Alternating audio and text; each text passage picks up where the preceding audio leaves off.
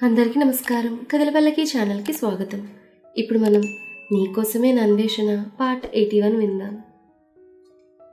అమ్మయ్య, అక్క బావగారిని కలవడానికి వెళ్ళింది. ఏదో ఒక విషయం అయితే తెలుస్తుంది. అప్పుడే ఈ అంజు దెయ్యం ఇంటి నుంచి బయటకు వెళ్ళేది.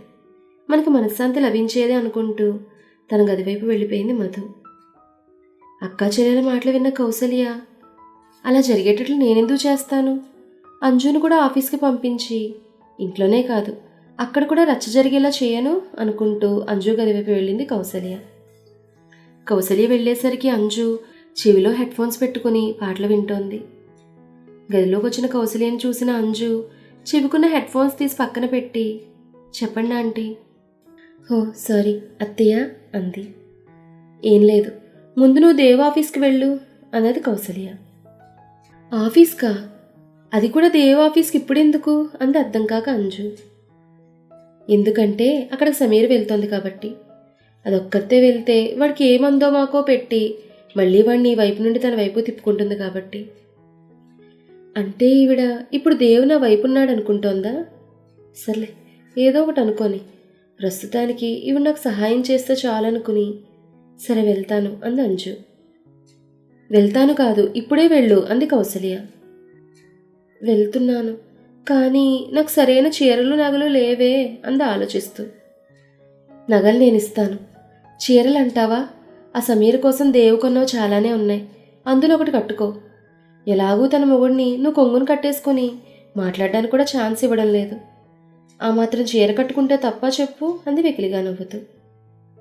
అవును, అందులో తప్పేముంది అనుకుంటూ సమీర గదికి వెళ్ళి బోర్డ్ తెరిచి కుప్పలు తెప్పలుగా ఉన్న డిజైనర్ శారీలను చూసి, దేవు దీనికి బాగానే కొన్నాడు, రేపు నాకు కూడా కొంటాడని మురిసిపోతూ అందులో తనకు కంటికి నచ్చిన చీర కూడా తీసుకుని కట్టుకుని కౌసల్య ఇచ్చిన చిన్న డైమండ్ నెక్లెస్, డైమండ్ గాజులు వేసుకుని సమీరకి ఏమాత్రం తీసిపోకుండా రెడీ అయి దేవ్ ఆఫీస్కి బయలుదేరింది అంజు. ఆఫీస్కి చేరుకున్న సమీర ఫ్లోర్లో అడుగు పెట్టగానే ఆమెను చూసిన స్టాఫ్ విష్ చేయడం మానేసి గుసగుసలు స్టార్ట్ చేశారు. తనే మన బాస్ దేవేంద్ర వర్మ గారి భార్య. చూడ్డానికి చాలా అందంగా హీరోయిన్ మించుంది. కానీ మన బాస్ ఏంటి వేరే అమ్మాయితో అక్రమ సంబంధం పెట్టుకున్నాడు అందొక ఎంప్లాయ్. వేరే ఎవరో అమ్మాయి కాదు, మన మేడం గారి చెల్లెలంట అమ్మాయి అంది మరొక ఎంప్లాయ్. చెల్లెలంటే సొంత చెల్లెలు కాదట, సౌది తల్లికి పుట్టిన చెల్లెలంట అంది ఇంకో ఎంప్లాయ్. ఓహో, అందుకే తను కూడా మేడం గారి సౌత్ అయినట్టుంది అంది ఇంకొక ఎంప్లాయ్ పక్కపక్క నవ్వుతూ. నెమ్మదిగా, ఆవిడ వింటే బాగోదు అంది మొదటి ఎంప్లాయ్. విండవేంటి, లోకమే కోడై కూస్తుంటే అంది రెండో ఎంప్లాయ్. అవును, అది నిజమే, కానీ ఇంతటి అందమైన పెళ్ళాన్ని ఉంచుకుని కూడా మన బాస్ అలా వేరే అమ్మాయితో ఉండడం నాకు అస్సలు నచ్చలేదు అంది దేవు మీద కాస్త క్రష్ ఉన్న ఎంప్లాయ్. అవును, అదే నిజమే, కానీ మన బాస్ తన చెల్లితో అఫైర్ పెట్టుకున్నా ఏం జరగనట్టుగా ఆయన గారికి ఈవిడ గారు క్యారియర్ పట్టుకుని ఎలా వచ్చింది అని తన అనుమానాన్ని వ్యక్తం చేసింది ఒక ఎంప్లాయ్. ఎలా ఏముంది, ఈ డబ్బున్న వాళ్ళు భర్తలు వేరే ఆడవాళ్లతో ఏం చేసినా అస్సలు పట్టించుకోరు, వాళ్ళకి డబ్బు ఉంటే చాలు. అందులోనూ మన బాస్ లాంటి నవమన్మధుడిని ఎవరు మాత్రం వదులుకుంటారు చెప్పు అంది పక్కపక్క నవ్వుతూ ఇంకొక ఎంప్లాయ్. వాళ్ళు మాటలు వింటే సమీరకు చిరాకు వచ్చేస్తోంది. అయినా అవేం పట్టించుకోకుండా దేవ్ క్యాబిన్లోకి వెళ్ళింది డోర్ తీసుకుని. తను వెళ్ళేసరికి దేవ్ ఒక వీడియో కాన్ఫరెన్స్లో మాట్లాడుతున్నాడు. లోపలికి వస్తున్న సమీరను చూస్తూ మెరుస్తున్న కళ్ళతో 5 minutes అని సైగ చేశాడు. దానికి సమీర ఓకే అని థమ్ ఫింగర్ చూపించి టేబుల్ మీద క్యారియర్ పెట్టి సోఫాలో కూర్చుని మ్యాగజైన్స్ తిరిగేస్తోంది. చెప్పినట్టుగానే 5 minutesలో మీటింగ్ పూర్తి చేసుకుని హ్యాండ్ వాష్ చేసుకుని వచ్చిన దేవ్, చాలా ఆకలేస్తోంది, త్వరగా టిఫిన్ పెట్టు అన్నాడు సోఫాలో కూర్చుంటూ. అంత ఆకలి వేసినప్పుడు ఇంటి దగ్గర తిని రావాల్సింది కదా అంది క్యారియర్ ఓపెన్ చేస్తూ. ఇంటి దగ్గర వాతావరణం టిఫిన్ తినేలా ఉందా చెప్పు అన్నాడు హ్యాండ్స్ కప్ మడత పెట్టుకుంటూ. లేదనుకోండి, కానీ మీరు తలుచుకుంటే ఎలాంటి వాతావరణాన్నైనా ఎలాంటి మనుషులనైనా ఏమైనా చేయగలరు కదా అంది ప్లేట్లో టిఫిన్ పెడుతూ.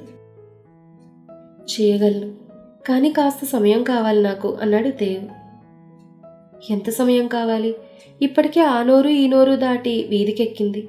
ఇంకా ఎంత సమయం కావాలి ఒక అబద్ధాన్ని అబద్ధమని నిరూపించడానికి అంది దేవు నోటికి టిఫిన్ అందిస్తూ. అబద్ధాన్ని నిజమని నమ్మించడానికి ఈ లోకంలో ఎక్కువ సమయం పట్టదు, కానీ ఒక అబద్ధాన్ని అబద్ధమని నిరూపించడానికి మాత్రం కాస్త సమయం పడుతుందంటూ ఆమె బుగ్గను ముద్దు పెట్టాడు. కారణం సమీర ముఖం క్యూట్గా కనిపించడం. అబ్బా ఇదేంటి మధ్యలో అంది బుగ్గ తుడుచుకుంటూ. మంచింగ్ అన్నాడు దేవ్ మరో బుగ్గను ముద్దు పెడుతూ. బాగుంది, మీరేం డ్రింక్ చేయడం లేదు, టిఫిన్ తింటున్నారు అంది ఇక తుడుచుకున్నా వేస్ట్ అని బుగ్గ మీద ఎంగిల్ని అలానే వదిలేసి. నా ఇష్టం, నేను ఎలా అయినా టిఫిన్ తింటానంటూ సమీర్ని ఒళ్ళో కూర్చోబెట్టుకుని ఆమె చీర మడతల్లో నుండి నడుం మడతలను టచ్ చేస్తూ ఆమె పెడుతున్న టిఫిన్ని నోటితో అందుకుంటున్నాడు దేవ్. అది చూసిన సమీర, ఆకలేస్తోందన్నారు, ఇదేనా మీ ఆకలి అంది గుర్రుగా చూస్తూ. ఇది కూడా ఒక ఆకలేగా అన్నాడు నడుం మడతలు చిన్నగా గిచ్చుతూ. ఔచ్ అంది నొప్పి పెడుతుంటే మడతల్లో రుద్దుకుంటూ. సారీ, నొప్పి వచ్చిందా, ఈసారి నొప్పి రాకుండా గిచ్చుతానులే అన్నాడు కన్నగీడుతూ. అంతే తప్ప గిచ్చననరు అంతేగా అంది చిరుకోపంగా చూస్తూ. అంతేగా అంతేగా అన్నాడు దేవ్ నవ్వేస్తూ. అంతలో వీరి నవ్వులకు అంతరాయం కలిగిస్తూ డోర్ని బళ్ళును ఓపెన్ చేసుకుని లోపలికి వచ్చింది అంజు. అంజుని చూసిన సమీర దేవు ఒళ్ళో నుండి కిందకి దిగడాన్ని చూస్తుంటే సమీర నడుం చుట్టూ చేతులు వేసి ఆమెను ఇంకాస్త దగ్గర కదుముకుని నువ్వు పెట్టు అన్నట్టుగా ఆపట్టాడు సమీర్ వైపు చూసి.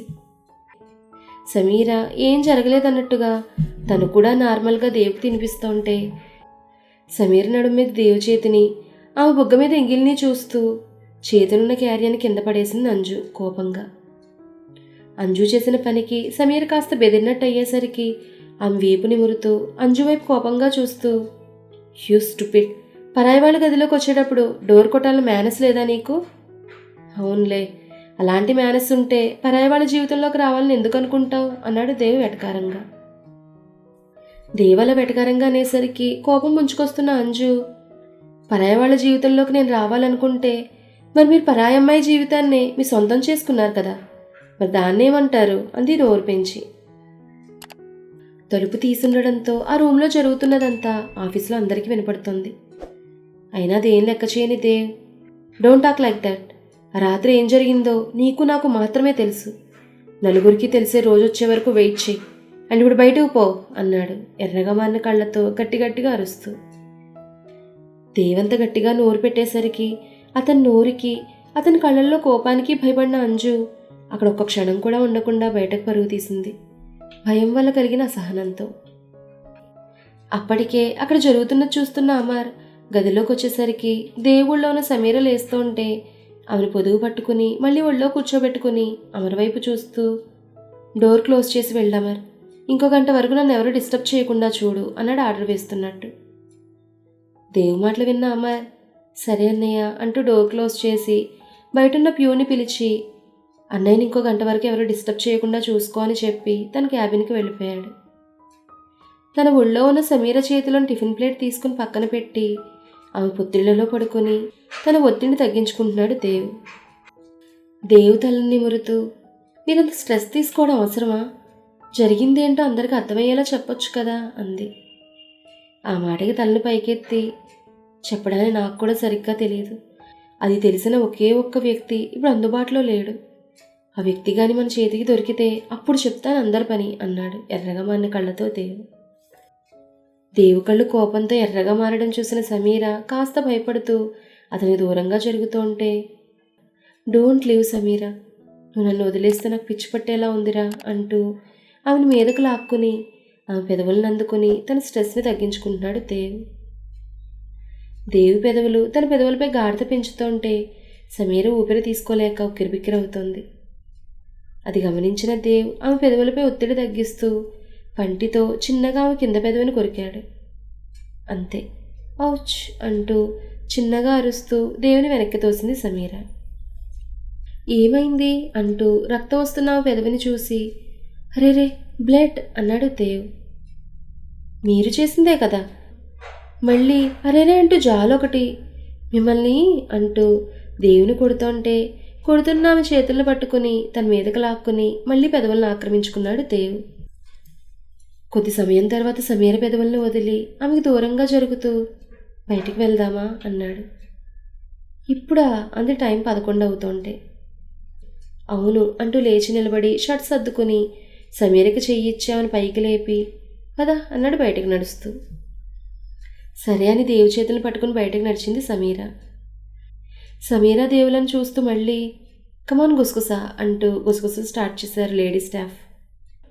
వారి వైపు చూసిన సమీర దేవు చేతిని పట్టుకుని ఆపుతూ, దేవు గారు వీళ్ళకి మంత్లీ శాలరీ మాత్రమే ఇస్తారా లేక వర్క్ కూడా ఇస్తారా అంది. వర్క్ కూడా ఇస్తాం ఏ అన్నాడు దేవ్. మరి ఇచ్చిన వర్క్ చేయడం మానేసి ఇలా ఒప్పర్ మీటింగ్ పెట్టుకున్నారేంటి మీ స్టాఫ్ అంది బుగ్గన వేలు వేసుకుని వాళ్ళనే చూస్తూ. అక్కడ ఏదో జరిగిందని అర్థం చేసుకున్న దేవ్ మేనేజర్ని పిలిచి వాళ్ళకు ఒక 1 వీక్ వరకు మంచినీళ్ళు తాగడానికి కూడా టైం సరిపోని పని అప్పగించమని చెప్పి సమీరని తీసుకుని బయటకు వెళ్ళిపోయాడు దేవ్.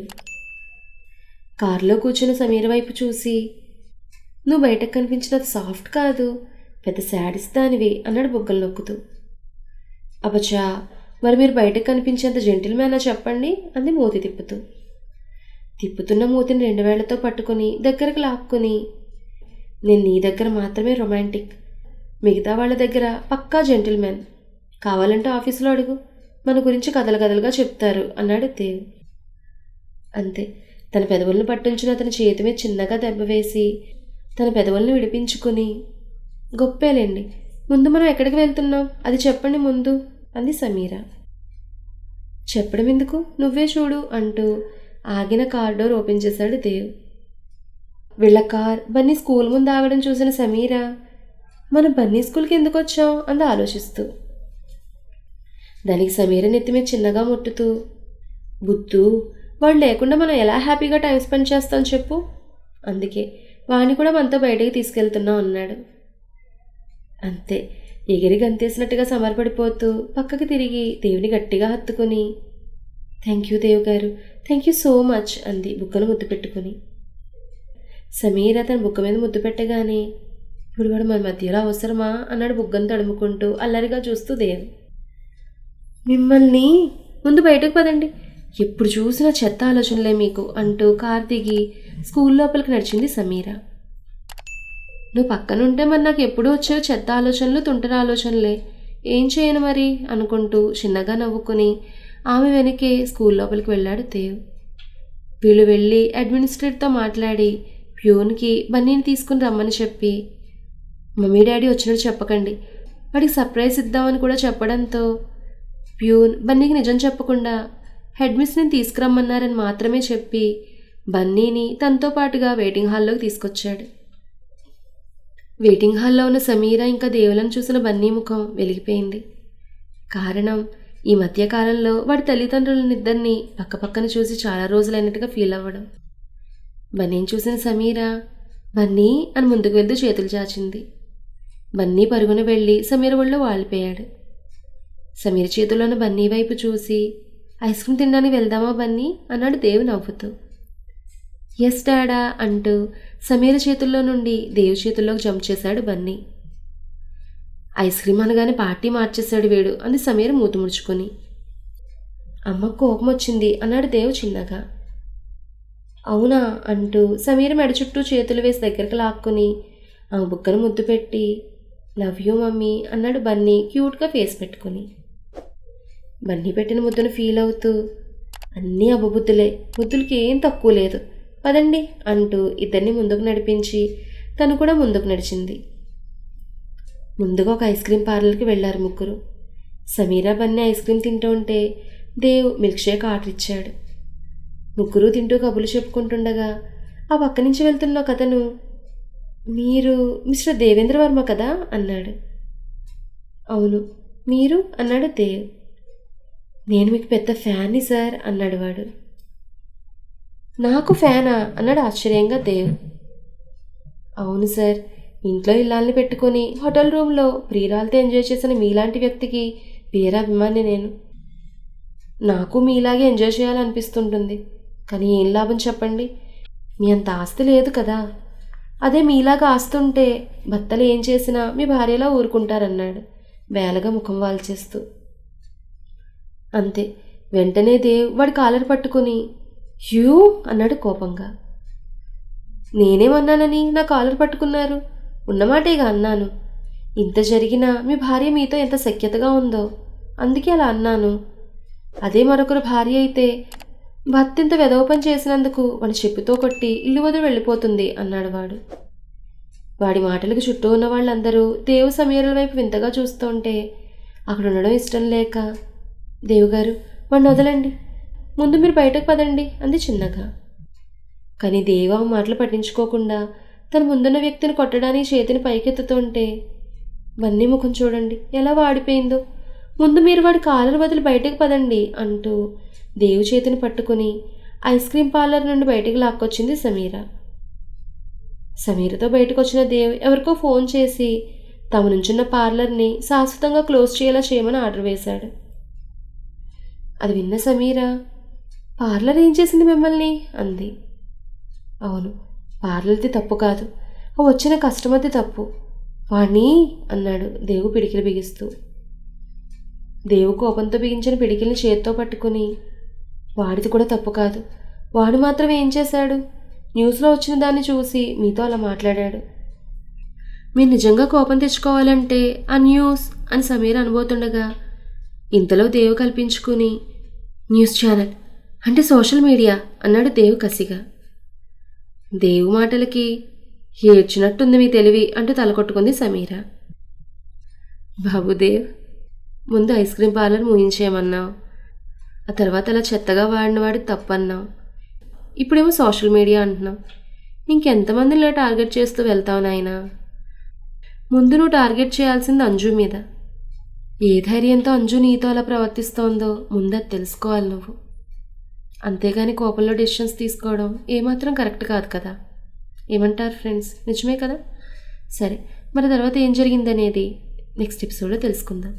ఈ కథ మీకు నచ్చితే లైక్ చేయండి, షేర్ చేయండి, కామెంట్ చేయండి. అలాగే మన కథల పల్లకి ఛానల్ని సబ్స్క్రైబ్ చేసుకొని పక్కనే ఉన్న బెల్ ఐకాన్ని క్లిక్ చేయడం మాత్రం మర్చిపోకండి. ధన్యవాదాలు.